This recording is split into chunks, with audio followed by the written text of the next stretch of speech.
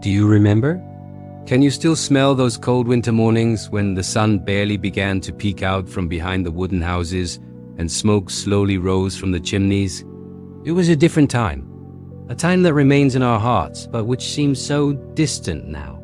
Growing up in Canada in the 1950s and 1960s was living in a world where life had a different rhythm. Calmer, closer, more ours. The small towns were the heart of the country. Wide, tree-lined streets with sidewalks of concrete cracked by time. Each house had its own personality, some painted white with blue shutters, others of natural wood, aged by the sun and snow. In winter, everything was covered by a white blanket that seemed to silence the world. And in summer, the green of the lawns was so vibrant that it made you want to roll in it like we did when we were children. The neighbors knew each other by name. Not just by name, but also by life. We knew who had just had a baby who was sick, who needed help with the garden. Mrs. Thompson always made apple pie on Thursday afternoons, and the smell wafted down the entire street. Mr. O'Brien repaired bicycles in his garage, and all the neighborhood kids knew they could knock on his door without fear. We walked to school. It didn't matter if it was cold or snowing. We put on our thick woolen coats, the gloves our mothers knitted during winter nights, and we walked together. In groups, talking, laughing, kicking pebbles along the way. The school was a few blocks from home, and that daily walk was an adventure in itself. The classrooms smelled of chalk and waxed wood. The desks creaked when we sat down. The teacher wrote on the blackboard with that sound that stuck in your memory. And during recess, we would run to the snow-covered courtyard, where we would make snow angels, build forts, and throw snowballs until our hands went numb from the cold. The houses were simple, but welcoming. Most were made of wood, with porches out front where the adults would sit on summer afternoons, drinking lemonade and chatting while the children played in the street. There were no fences. There was no fear. The doors were left open, and sometimes a neighbor would come in without knocking just to have a coffee and chat. Inside the house, there was that unmistakable smell of wood burning in the fireplace, of bread baking in the oven, of freshly brewed coffee. The kitchens were the heart of the home. It was there that the family gathered, that stories were told, that days were lived. The cars were enormous, gleaming, with chrome that shone under the sun. A Ford Fairlane parked on the street was a source of pride. A brand new Chevrolet Bel Air had the neighbors talking about it for weeks.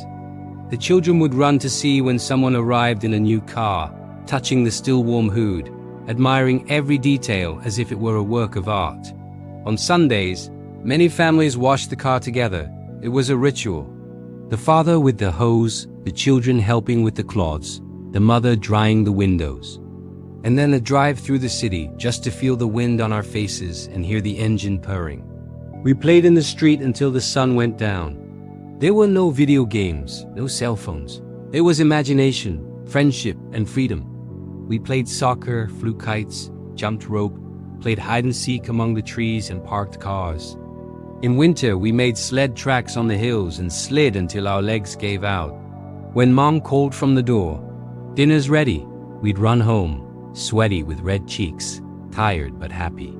That simple happiness that only those who have lived it can explain. Family life had a sacred rhythm. Dinner was always at the table, all together. There was no television at mealtimes. In fact, many houses didn't even have television yet. There was conversation. There was laughter.